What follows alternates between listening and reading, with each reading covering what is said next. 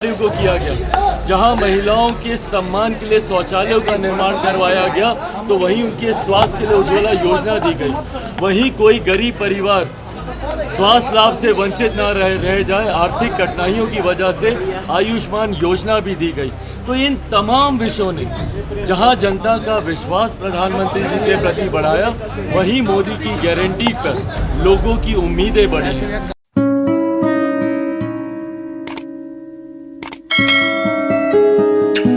प्रधानमंत्री नरेंद्र मोदी ने रविवार को दिल्ली स्थित पार्टी दफ्तर में 2024 लोकसभा चुनाव के लिए भाजपा का मैनिफेस्टो जारी किया है। इसको भाजपा का संकल्प मोदी की गारंटी का नाम दिया गया है। वहीं विपक्ष इस घोषणा पत्र को कोरा कागज बता रही है, जिसको लेकर अब एनडीए में सहयोगी दल लोजपा रामविलास के हेड चिराग पासवान ने पलटवार करते हुए कहा है कि पहले राजद और कांग्रेस ये बतलाए कि वो अलग अलग घोषणा पत्र जारी करने की जरूरत क्यों पड़ा।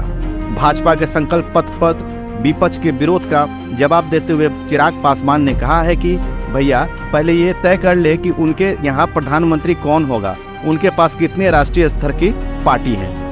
उन्होंने कहा कि भाजपा के घोषणा पत्र में विकसित भारत की तस्वीरें दिखाई गई है, उसमें युवा, महिला और बुजुर्ग वर्ग का भी ख्याल किया गया है। चिराग पासवान ने कहा है कि प्रधानमंत्री नरेंद्र मोदी की वजह से ही धारा 370 समाप्त हुई है। क्या किसी अन्य सरकार में हिम्मत थी कि वो इससे समाप्त कर सके?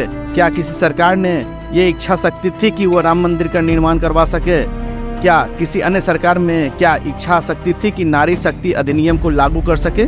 चिराग पासवान ने तंज कसते हुए आगे कहा कि ये सब केवल मन गढ़ंत है, नरेंद्र मोदी के दौरे में विकास हो रहा है। को पूरा करने की गारंटी है। भाई अगर यही बोलते रहिएगा तो हम निकल जाएंगे। बोलिए। प्रधानमंत्री जी का होना मोदी की गारंटी को पूरा करने की गारंटी है। ये वही प्रधानमंत्री हैं जिन्होंने आज तक जितने विवादित, जितने ज्वलंत विषय थे, उनका समाधान करने का कार्य किया। प्रधानमंत्री जी की वजह से ही धारा 370 समाप्त हुई। क्या किसी और सरकार में ये हिम्मत थी कि धारा 370 को हटा सके? क्या किसी और सरकार में ये इच्छा शक्ति थी कि वो राम मंदिर का निर्माण कर सके? क्या किसी और सरकार में ये इच्छा शक्ति थी कि वो नारी शक्ति अधिनियम को वो लागू कर सके? तो जब इन तमाम कार्यों को किया गया, जहां महिलाओं के सम्मान के लिए शौचालयों का निर्माण करवाया गया तो वहीं उनके स्वास्थ्य के लिए उज्ज्वला योजना दी गई।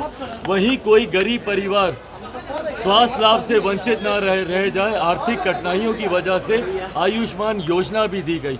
तो इन तमाम विषयों ने जहां जनता का विश्वास प्रधानमंत्री जी के प्रति बढ़ाया, वहीं मोदी की गारंटी पर लोगों की उम्मीदें बढ़ी हैं। तो ये जो संकल्प पत्र आया है, ये वो विश्वास है जिसको आने वाले 5 सालों में पूरा किया जाए। इंडी गठबंधन के नेता कह रहे हैं कि चुनावी जुमला है।